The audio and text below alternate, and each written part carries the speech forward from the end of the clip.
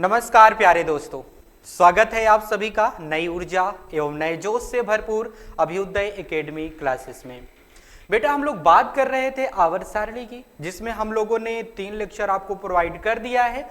उस 3 लेक्चर में मैंने आपको पढ़ाया है एस ब्लॉक के तथ्यों को याद करने का ट्रिक, पी ब्लॉक के तथ्यों का ट्रिक और डी ब्लॉक के तथ्यों का ट्रिक। ठीक है बेटा, आज हम लोग बात करने जा रहे हैं एफ ब्लॉक के तथ्यों को याद करने के ट्रिक के बारे में। ये बहुत ही इंपॉर्टेंट लेक्चर होने वाला है। पहले तो हम लोग एफ ब्लॉक के तथ्यों को याद करने का ट्रिक सीखेंगे, फिर उसके बाद हम लोग मूव करेंगे इंपॉर्टेंट पार्ट, जो कि क्या है, तथ्यों की आवर्तिता एवं गुणों का वर्गीकरण। तथ्यों की आवर्तिता तो हो गया, एवं गुणों का वर्गीकरण अभी रह गया था, तो उसके बारे में हम लोग मूव करेंगे। इसके बाद जैसे ही अब ब्लॉक खत्म होगा उस वाले पार्ट की स्टार्ट होगा, मतलब वो पार्ट स्टार्ट होगा। लेकिन उससे पहले जो भी इंपॉर्टेंट चीज है, यानी कि उसको पढ़ने के लिए, गुणों के वर्गीकरण को पढ़ने के लिए जो बेसिक चीजें हैं, ठीक है, इंपॉर्टेंट चीजें हैं, उनको हम पहले इस लेक्चर में डिस्कस कर लेंगे। अगर टाइम रहा तो इसी में गुणों का वर्गीकरण भी कर लेंगे, नहीं रहेगा टाइम तो नेक्स्ट लेक्चर में हम लोग उसको पढ़ लेंगे। बस धैर्य के साथ आप लोग लेक्चर देखिएगा, और ये लेक्चर बहुत औसम होने वाला है, इसीलिए मेक श्योर करिए कि अपने साथ कॉपी और पेन लेकर बैठिए, ताकि आप लोग नोट डाउन भी करते जाओ। ठीक है बेटा, चलिए स्टार्ट करते हैं हम लोग। आ जाइए जरा, हम लोग बात कर रहे हैं एफ ब्लॉक के तथ्यों की। अगर हम एफ ब्लॉक के तथ्यों की बात करें तो उसमें एक श्रेणी मतलब 2 श्रेणी है। एक पहली श्रेणी होती है एफ श्रेणी, जिसको एक्टिनॉइड श्रेणी कहते हैं। कौन सी श्रेणी? 5F श्रेणी, और जिसको एक्टिनॉइड श्रेणी कहा जाता है। ठीक है बेटा, चलिए आ जाइए जरा इसके बारे में बात करते हैं।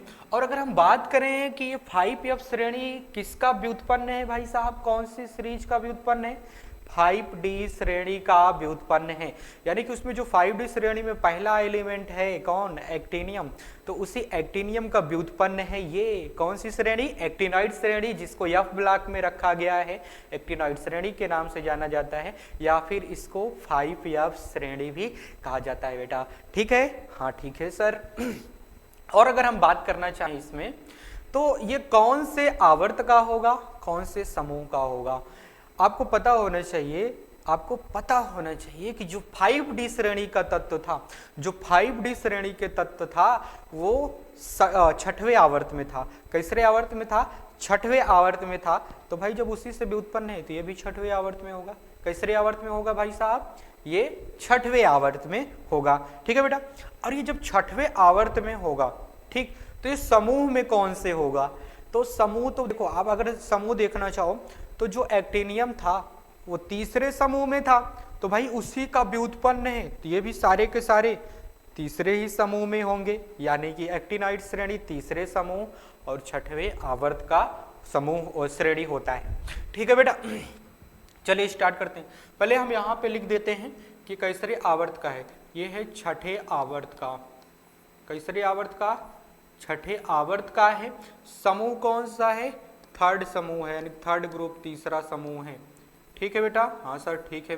तो इसको अगर हम याद करें तो पहले हमें लिखना होगा सीने पर नदियां प्रेम की समाई यूं गदगद तब दिल हुआ यार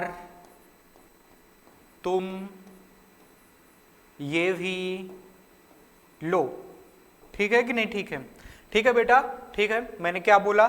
इसके लिए आपको लिखना है सीने, ठीक, सीने, इसके लिए पर, इसके लिए नदियां, इसके लिए प्रेम, यहां पे की लगा दो, इसके लिए समाई, समाई, इसका हो जाएगा यूं, इसका हो जाएगा गदगद, इसका हो जाएगा तब, इसका दिल, इसका हुआ, और इसका हो जाएगा यार, इसका हो जाएगा तुम, इसका हो जाएगा ये और भी, ये भी, और इसका हो जाएगा लो। ठीक है बेटा, मैंने आपके सामने इसका ट्रिक लिख दिया है। बाकी अगर हम इसका परमाणु क्रमांक देखना चाहें तो कितना होता है भाई साहब, एक्टिनियम का होता है 57, 57 के बाद स्टार्ट होता है इसका, इसका हो जाएगा 58, इसका हो जाएगा 59, इसका 60, इसका 61, इसका 62, इसका 63, ये 64, इसका 65, इसका 66, इसका 67, इसका हो जाएगा 68, इसका 69, इसका 70, इसका 71। ठीक है बेटा, मैंने सबका परमाणु क्रमांक भी लिख दिया है, आप लोग इसको नोट डाउन कीजिए, मैं साइड में हो जाता हूं, या फिर आप लोग स्क्रीनशॉट लीजिए, ये बहुत ही इंपॉर्टेंट है बेटा। ठीक है, हाँ ठीक है, हो गया, मैं साइड में, आप लोग लिखिए इसको, ठीक है ना। हाँ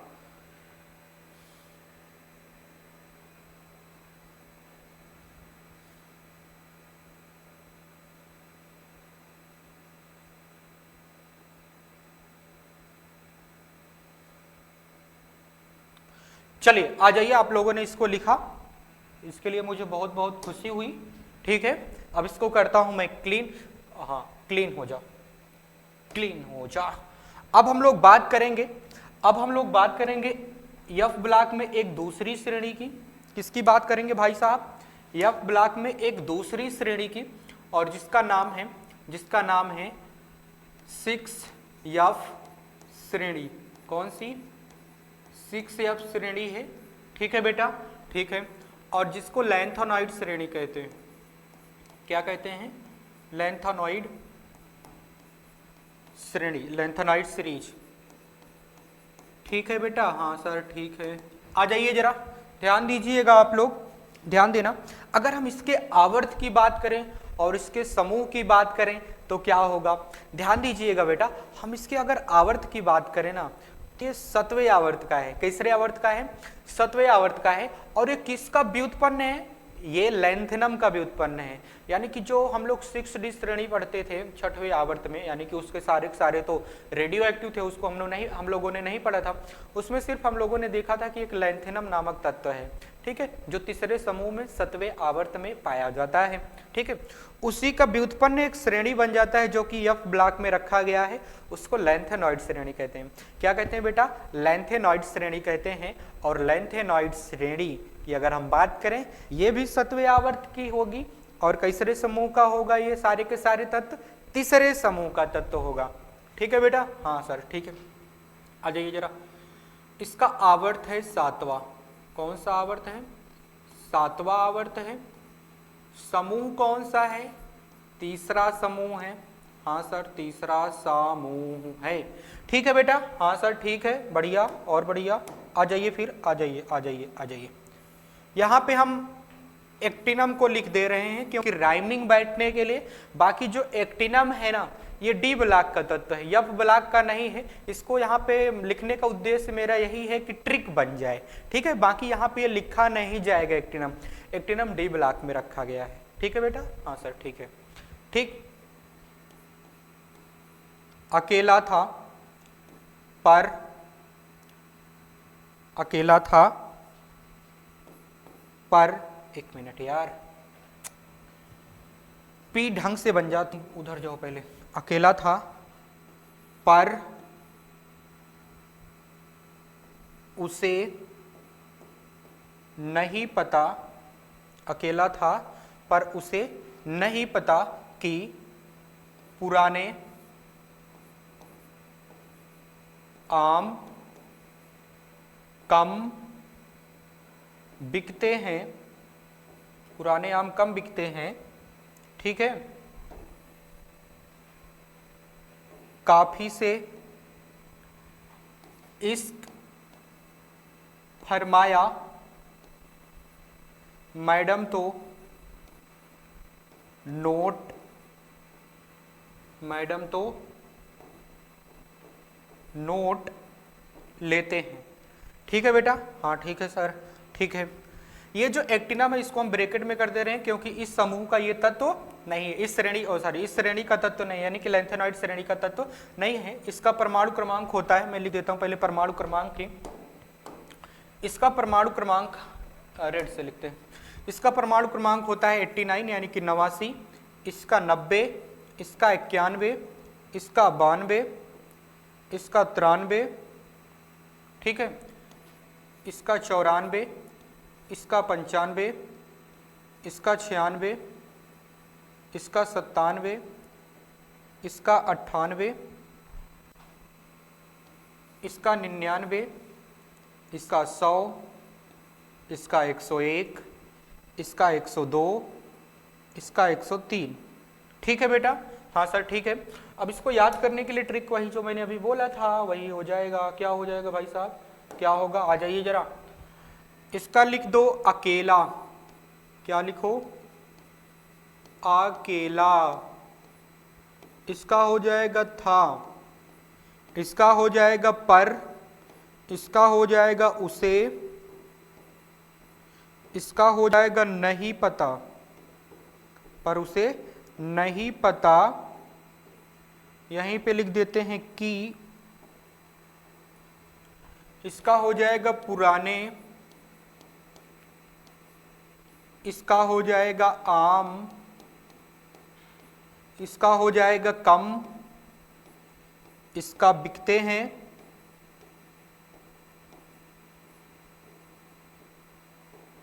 ठीक है। इसका हो जाएगा कॉफी, कॉफी यहीं पे लिख देना से।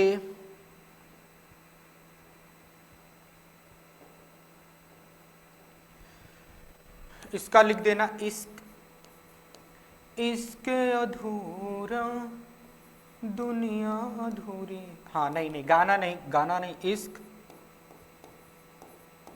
इसका हो जाएगा फरमाया, इसका हो जाएगा बेटा मैडम, इसका हो जाएगा यहीं पे लिख दो तो, इसका लिख दो नोट, इसका लिख दो लेते हैं। क्या मस्त बना दिया। अकेला था पर उसे नहीं पता, अकेला था पर उसे नहीं पता कि पुराने आम कम बिकते हैं, काफी से इश्क फरमाया, मैडम तो नोट लेते। अरे वाह, क्या शायरी बना दिया है मैंने। क्या भी मैं भी स्टाइलिश होता जा रहा हूँ यार धीरे धीरे आप लोगों के साथ रह रह के। हाँ, नोट डाउन करिए या फिर स्क्रीनशॉट लीजिए। तो थोड़ा हम लोग इंपॉर्टेंट टॉपिक पे मूव कर जाते हैं, यानी कि जो इस चैप्टर का बेस डेवलप करता है। अभी तो हम लोगों ने परमाणुओं को, तत्वों को याद करने का उनका ट्रिक सीखा, उनका परमाणु क्रमांक याद करने का ट्रिक सीखा। बाकी अब हम लोग पढ़ने जा रहे हैं जो लॉजिकल बात है, यानी कि गुणों को वर्गीकरण। और गुणों का वर्गीकरण पढ़ने से पहले हम लोग कुछ बेसिक चीज़ों को अपने माइंड में सेट करेंगे। ठीक है बेटा? ठीक है सर। तो उन सारी चीज़ों को हम सीख लें, अगर टाइम रहा तो इसी क्लास में ही हम लोग बात कर लेंगे गुणों का वर्गीकरण, नहीं तो आगे तो टाइम है, नेक्स्ट क्लास में हम लोग कर लेंगे। ठीक है बेटा? हाँ, बस धैर्य के साथ आप लोगों को देखने की जरूरत है। ऐसा नहीं कि 2-4-10 मिनट का वीडियो बनता है तो उसी में सारा कुछ हम लोग को ऐसे बता दिए बस काम खत्म। सीखना है हमें, ठीक है बेटा? हमें सीखना है तो सीखने में टाइम लगता है। और आप लोग सोच रहे होंगे कि सर अब कहाँ टाइम रह गया, आप कह रहे हो टाइम लगता है, टाइम ले रहे हो हमारा। बेटा 3-4 महीने ना, 3-4 महीने टाइम बहुत ही सफिशिएंट टाइम होता है, और इसी टाइम पे अपने आप को घिस दो।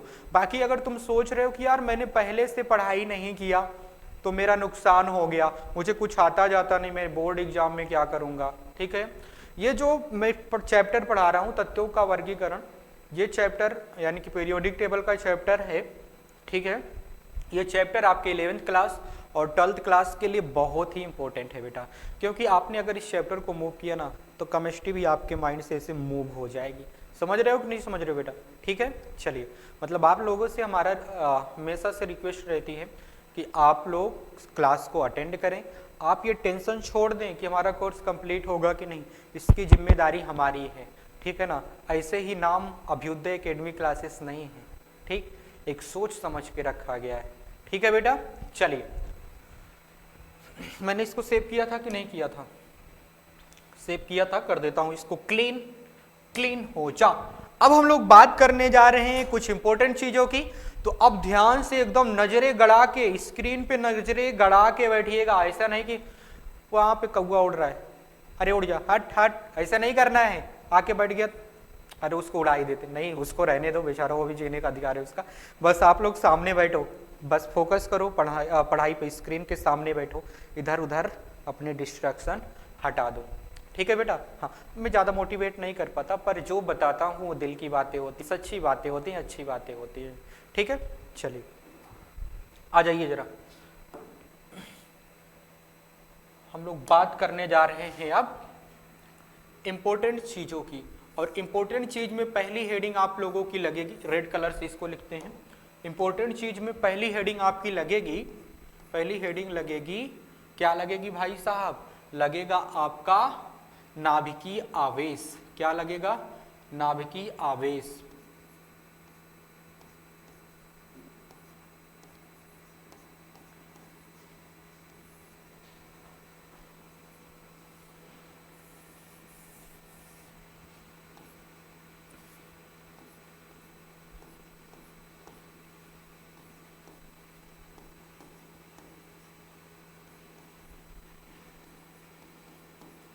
लगा लीजिए बेटा हेडिंग, ठीक है? नाभिकीय आवेश को आप लोग इंग्लिश में कहते हो न्यूक्लियर चार्ज। क्या कहते हो बेटा?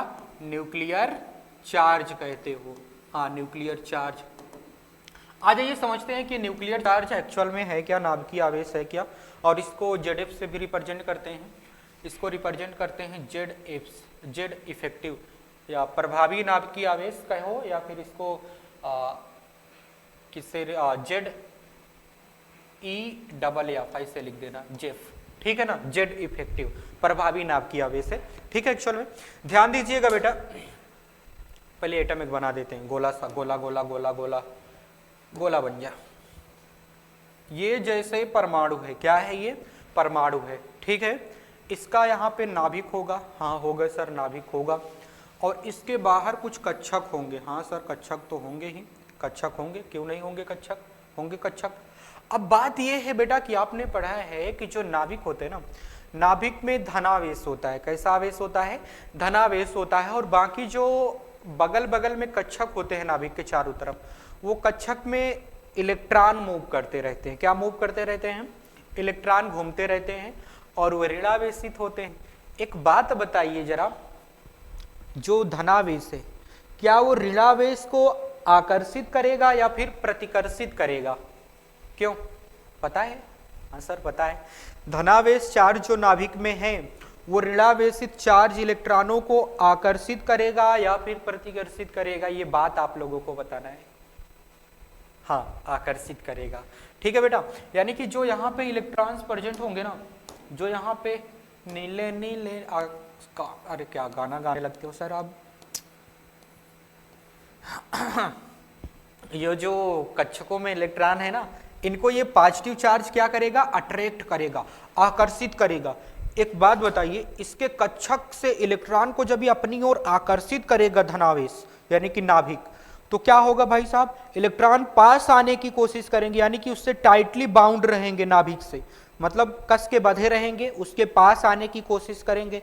और जब पास आने की कोशिश करेंगे तो उसमें कॉन्ट्रैक्शन होगा कि नहीं होगा? यानी कि उसके कक्षक नाभिक के समीप आएंगे कि नहीं आएंगे? नाभिक के समीप आएंगे ना, और जब नाभिक के समीप आएंगे तो कक्षक छोटे होते जाएंगे, और जब कक्षक छोटे होते जाएंगे तो भाई नाभिक उसकी परमाणु की त्रिज्या घट जाएगी कि नहीं घट जाएगी? कम होगी ना? हाँ सर कम होगी। बढ़िया है, बढ़िया है। फिर आ जाइए जरा आगे बात करते हैं।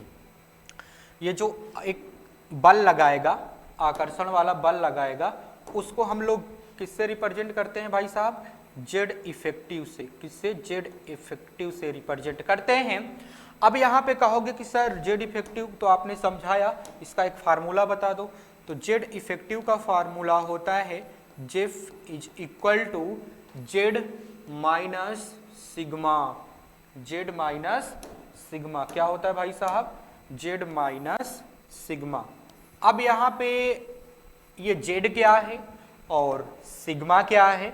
ध्यान दीजिएगा बेटा, ये जो Z होता है ना, ये परमाणु का परमाणु क्रमांक होता है। क्या होता है बेटा? ये परमाणु का परमाणु क्रमांक होता है, ठीक है, परमाणु क्रमांक। और ये क्या होता है?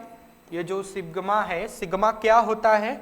ये सिग्मा होता है, ये सिग्मा होता है प्रेरणिक प्रभाव। क्या होता है? ये प्रेरणिक प्रभाव का कांस्टेंट, प्रेरणिक प्रभाव का स्थिरांक है ये, या फिर यहाँ पे सीधे सीधे लिख देते हैं ये प्रेरणिक प्रभाव है। प्रेरणिक प्रभाव को स्क्रीनिंग इफेक्ट या शील्डिंग इफेक्ट इंग्लिश में कहा जाता है, तो हम लिख देते हैं ये है स्क्रीनिंग इफेक्ट। क्या है ये? स्क्रीनिंग इफेक्ट है। ठीक है बेटा? हाँ सर, ठीक है, ठीक है सर। ये फार्मूला आप लोग लिखिए, ये फार्मूला लिखिए। परमाणु क्रमांक तो आपको पता है। ये प्रेरणिक प्रभाव क्या होता है, हम उसको अगली हेडिंग लगा के समझ लेते हैं, उसको अगली हेडिंग लगा के समझ लेते हैं, फिर इस फार्मूले पे आ करके हम जेड इफेक्टिव किसी का निकाल लेते हैं। ठीक है बेटा? हाँ सर, ठीक है। आइए जरा कर लो, कर लो। थोड़ा पानी पी लूँ मैं? हाँ पी लीजिए सर, पानी तो पीना जरूरी है। देख भी लूँ चल रहा है? हाँ चल रहा है माइक।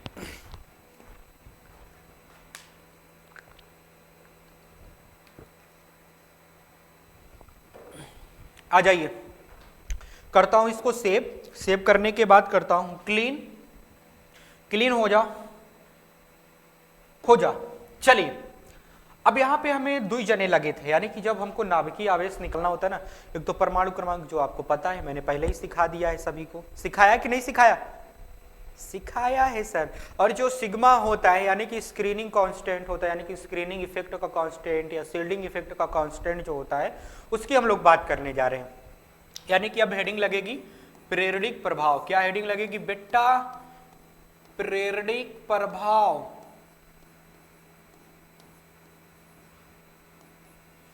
प्रेरणिक प्रभाव, जिसको स्क्रीनिंग इफेक्ट कहते हैं। क्या कहते हैं बेटा? Screening effect. ठीक है? और जिसको रिप्रेजेंट किया जाता है सिग्मा के द्वारा। किसके द्वारा? सिग्मा के द्वारा प्रदर्शित किया जाता है। ठीक है, आइए समझते हैं कि ये स्क्रीनिंग इफेक्ट क्या है। ध्यान दीजिएगा बेटा, गौर फरमाइएगा। ये है एक परमाणु। क्या है ये? परमाणु। वाह क्या मस्त मैं गोला बनाता हूं यार, तब मस्त गोला बनाता हूं। और यहाँ पे उसका नाभिक होगा। हाँ सर नाभिक होगा। नाभिक के बाहर कक्षक होंगे। हाँ सर कक्षक होंगे, कक्षक होंगे, कक्षक होंगे, होंगे सर कक्षक। हाँ सर कक्षक होंगे। ध्यान दीजिएगा, ध्यान देना, ये भी कक्षक है उसका, नाभिक का, ओ सॉरी परमाणु का। तो यहां भी कुछ इलेक्ट्रॉन होंगे। मान लीजिए यहाँ पे 5 इलेक्ट्रॉन है। कितने इलेक्ट्रॉन है? 5 इलेक्ट्रॉन है। कितने इलेक्ट्रॉन है? 5 इलेक्ट्रॉन है। ध्यान दीजिएगा। और जो अंदर के कोष है उनके पास भी इलेक्ट्रॉन है। हाँ सर इलेक्ट्रॉन तो है उनके पास भी। अब ध्यान दीजिएगा, जो ये अंदर के इलेक्ट्रॉन है ना, ये बाहर के इलेक्ट्रॉनों को करेंगे प्रतिकर्षित। क्या करेंगे? प्रतिकर्षित, यानी कि रिपेल करेंगे कि तुम दूर हो जाओ मेरी नजरों से। क्या करेंगे? इसको प्रतिकर्षित करेंगे। ठीक है बेटा? प्रतिकर्षित करते हैं। यही अंदर के इलेक्ट्रॉनों का कक्ष परमाणु में, परमाणु में अंदर के कक्षक के इलेक्ट्रॉन, अंदर के कक्षक के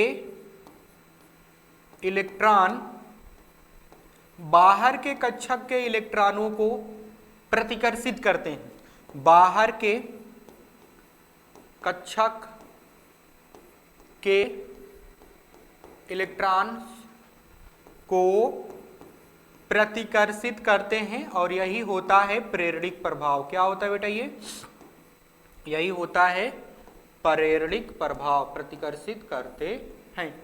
ठीक है बेटा? हाँ सर ठीक है, इतना मैंने लिख दिया, आप लोग भी लिख सकते हो। अब यहां पे ध्यान दीजिएगा, अगर बाहर वाले कक्षक के इलेक्ट्रॉनों को ये प्रतिकर्षित कर रहे हैं, तो हमें देखना कहां पे है कि प्रेरणिक प्रभाव किस पे लग रहा है? तो किसी एक इलेक्ट्रॉन का चुनाव कर लिया जाता है। क्या कर लिया जाता है?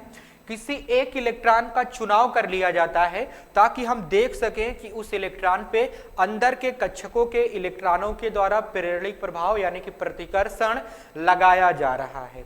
ठीक है बेटा, तो जो इलेक्ट्रॉन हम लोग सिलेक्ट करते हैं, जो हम लोग इलेक्ट्रॉन सिलेक्ट करते हैं उसको टेस्ट इलेक्ट्रॉन कहते हैं। क्या कहते हैं? Test electron. टेस्ट इलेक्ट्रॉन कहा जाता है, यानी कि जिसपे हम लोगों को देखना है। ठीक है, जिसपे हम लोगों को देखना है प्रेरित प्रभाव, उस वाले इलेक्ट्रॉन को टेस्ट इलेक्ट्रॉन कहा जाता है। मैंने इतना लिख दिया है आपके सामने, आप लोग नोट डाउन कीजिए या फिर स्क्रीनशॉट लीजिए। तो इसका मैं फार्मूला बताता हूं। क्या बताता हूं? फार्मूला। क्या बताऊं? फार्मूला। ठीक है बेटा? हाँ सर ठीक है, ले लिए स्क्रीनशॉट? हाँ ले लिए सर। आ जाइए जरा, सेव करता हूँ। सेव करने के बाद करता हूँ मैं इसको क्लीन, तो नहीं करूँगा, इसको ऐसे हटाता हूँ।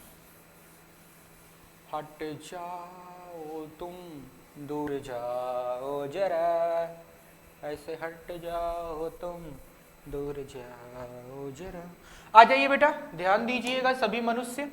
अब हम लोग बात करने जा रहे हैं कि प्रेरणिक प्रभाव अगर हमें देखना है तो अगर आपने आवर्त सारणी पढ़ा था, आवर्त सारणी में S block, P block, D block और एफ ब्लॉक के तत्व होते हैं।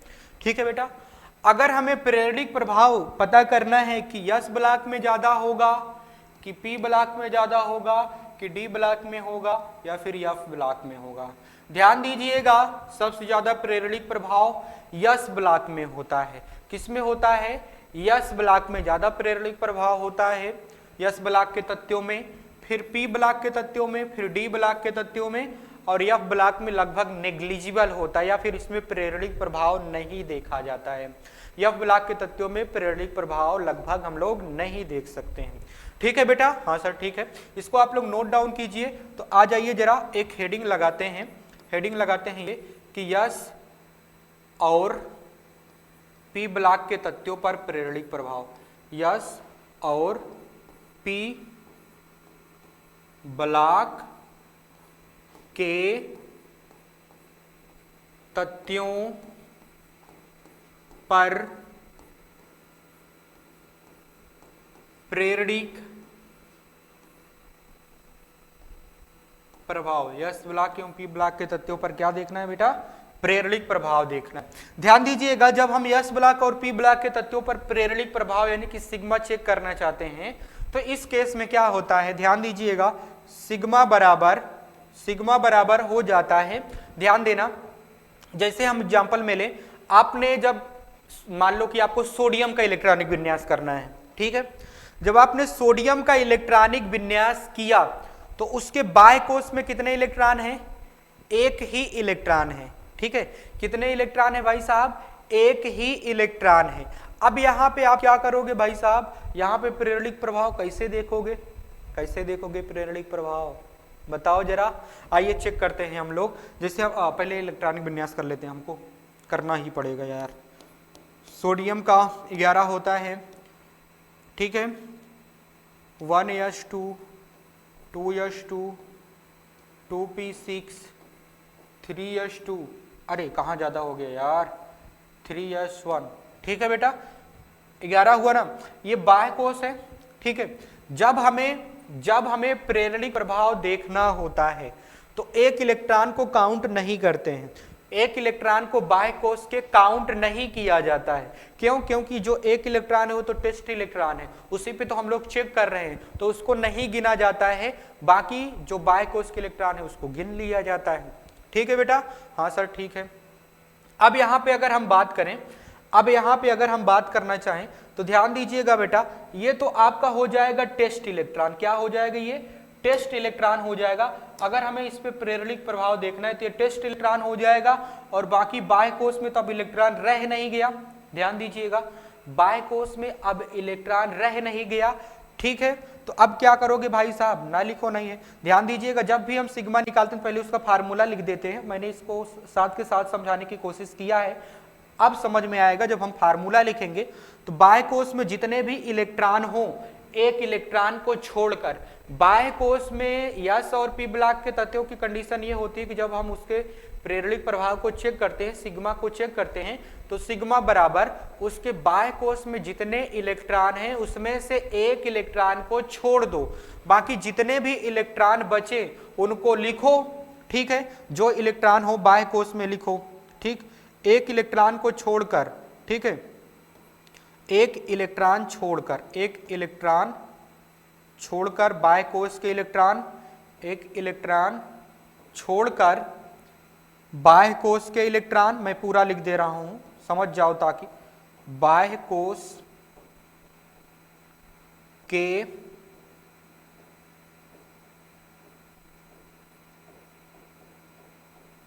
इलेक्ट्रॉन, ठीक है, बाह्य कोश के जितने भी इलेक्ट्रॉन हैं सबको, उसमें से सिर्फ एक ही इलेक्ट्रॉन को छोड़ना है।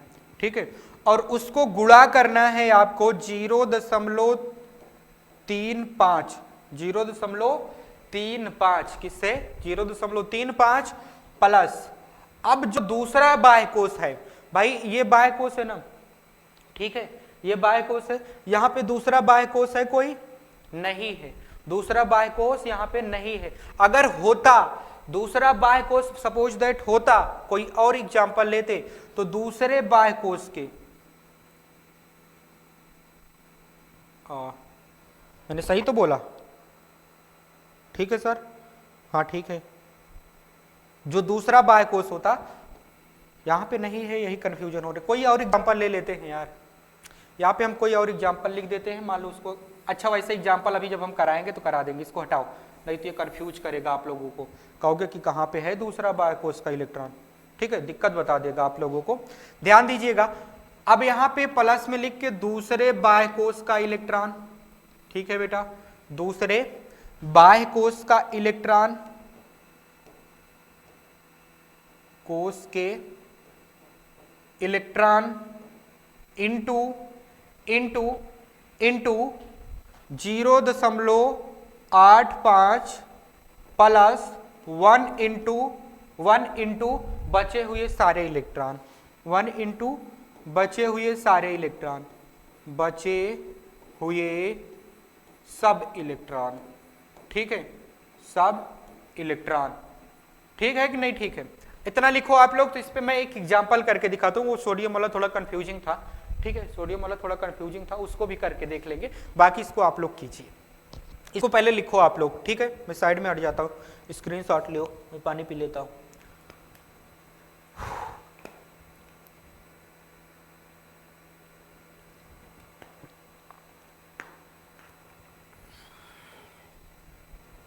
चले, आ जाइए बेटा, सेव किया, अब सेव करके इसको कर देता हूं क्लीन, क्या कर देता हूं, इसको क्लीन कर देता हूं, तब इसको हम एक एग्जाम्पल के थ्रू समझने की कोशिश करते हैं। आ जाइए, जब भी हम एग्जाम्पल की बात करें, जैसे आपको एक एग्जाम्पल दिया जाए, पी ब्लॉक का कोई ले लेते हैं, जैसे हमें दिया जाए ऑक्सीजन, ठीक है, ऑक्सीजन दिया जाए, आप इसका इलेक्ट्रॉनिक विन्यास करोगे 1s2 2s2 2p4। अब ध्यान दीजिएगा, जब भी हमें इसमें सिग्मा कैलकुलेट करना है, क्या करना है, इसमें सिग्मा कैलकुलेट करना है, तो बाह्य वाले कोश को देखो, 2 ठो बाह्य कोश हैं, हाँ भाई है, प्रथम वाले बाह्य कोश को देखो, जो प्रथम वाला बाह्य कोश है, ठीक है, उसमें एक इलेक्ट्रॉन को छोड़कर जितने इलेक्ट्रॉन है उसको लिखो, 3 इलेक्ट्रॉन, ठीक है ना, हाँ ठीक है, इंटू 0.35 उसको लिखो, ठीक है, प्लस में दूसरे वाले बाह्य कोश का इलेक्ट्रॉन कितना है, 2 है, ठीक है, इंटू में किससे गुणा करना है, 0.85 से, प्लस में एक गुणते बचे हुए सारे इलेक्ट्रॉन, कितना इसमें बच रहा है, 2 इलेक्ट्रॉन बच रहा है, तो 2 लिख दो। अब इसको तुम सॉल्व कर सकते हो ना, हाँ सर कर सकते हैं। चलिए, अच्छी बात है, मैंने आपको समझाया और आपको समझ में आया, इसके लिए आप लोगों को बहुत बहुत शुक्रिया, क्योंकि आप लोगों ने समझने की कोशिश किया, तभी आपको समझ में आया, ठीक है कि नहीं, ठीक है, ठीक है बेटा, ठीक है। अब यहीं पे हम लोग बात कर लेते हैं, यहीं पे हम लोग बात कर, अच्छा लिखना चाहोगे क्या, लिख लो, स्क्रीनशॉट ले लो, ले लीजिए, आ जाइए बेटा, क्लीन करता हूं। यहीं पे हम लोग बात करते हैं कि जब हमें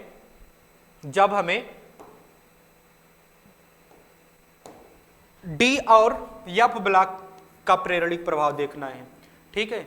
डी और एफ ब्लॉक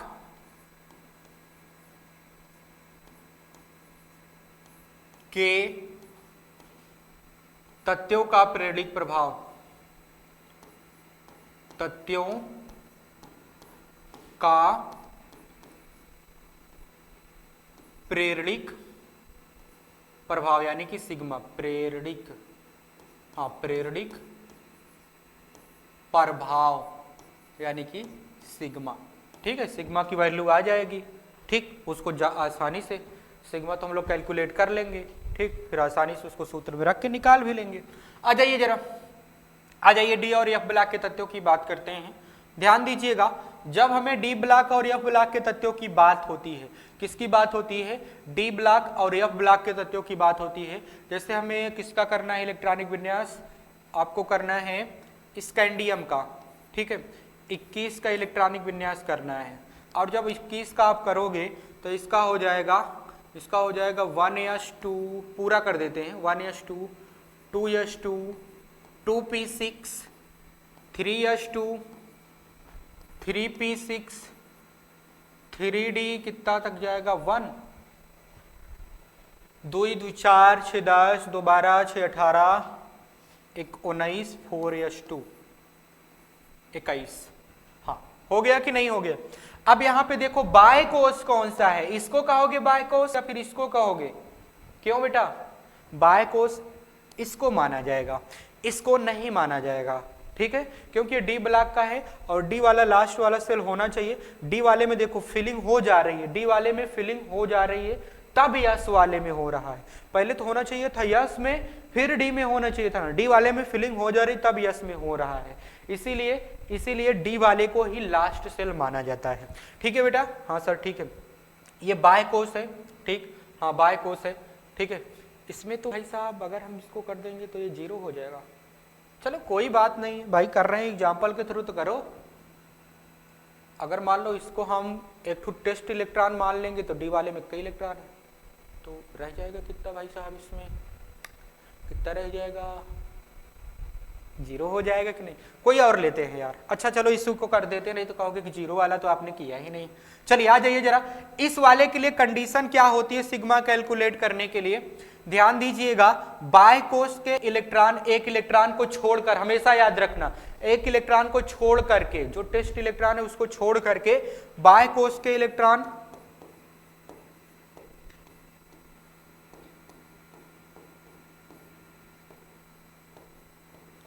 बाय कोस के इलेक्ट्रॉन इंटू 0.35 प्लस 1 इंटू सारे बचे हुए इलेक्ट्रॉन, इस साइड पे लेफ्ट साइड पे जो सारे के सारे बचे हुए, ये वाला इलेक्ट्रॉन नहीं काउंट होगा कहीं भी नहीं, इसको छोड़ो ये हट गया। 1 इंटू बचे हुए सारे इलेक्ट्रॉन, यानी कि बाएं तरफ बचे हुए सारे इलेक्ट्रॉन, बाएं तरफ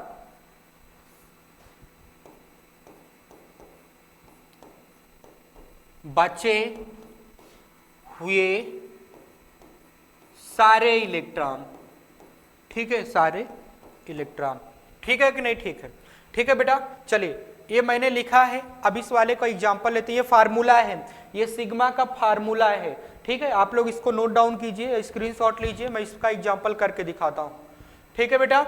हाँ सर ठीक है, चलिए सेव किया मैंने, सेव किया, अब इसको कर देता हूँ, क्लीन नहीं करूंगा यार, सेव हो जाए, मैं नहीं होता है, ये क्या हुआ तुमको,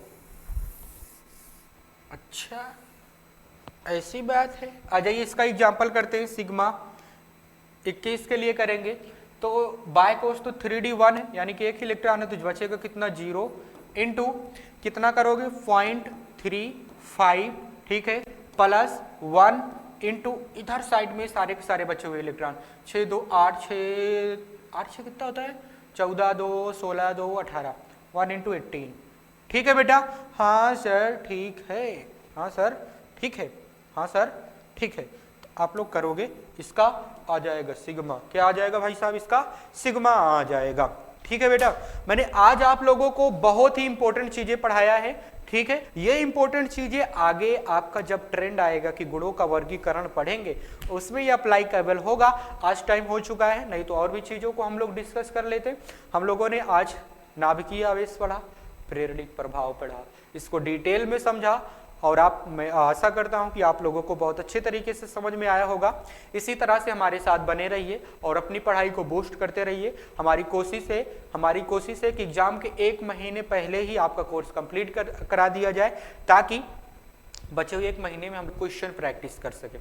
ठीक है बेटा, और आप लोगों से विनम्र निवेदन है कि आप लोग अपनी पढ़ाई को और भी बूस्ट करना चाहते हैं, पीडीएफ नोट्स प्राप्त करना चाहते हैं, रेगुलर टेस्ट देना चाहते हैं, ठीक है ना, और लाइव क्लास लेना चाहते हैं, लाइव क्लास में डाउट पूछना चाहते हैं। ठीक है, तो इन सारी चीज़ों के लिए आप लोग आपने एक प्यारे से ऐप को जिसका नाम है अभ्युदय एकेडमी क्लासेस, उस ऐप को डाउनलोड कीजिए और उस ऐप पे बहुत ही लोवेस्ट प्राइस पे एक बैच स्टार्ट हो रहा है, क्रांति बैच, उसमें जरूर एनरोल होइए आप लोग, ताकि अपनी पढ़ाई को बूस्ट अप कर सको। ठीक है बेटा, आज के लिए बस इतना ही, मिलते हैं आप लोगों से नेक्स्ट लेक्चर में, तब तक के लिए आप सभी को ओके बाय।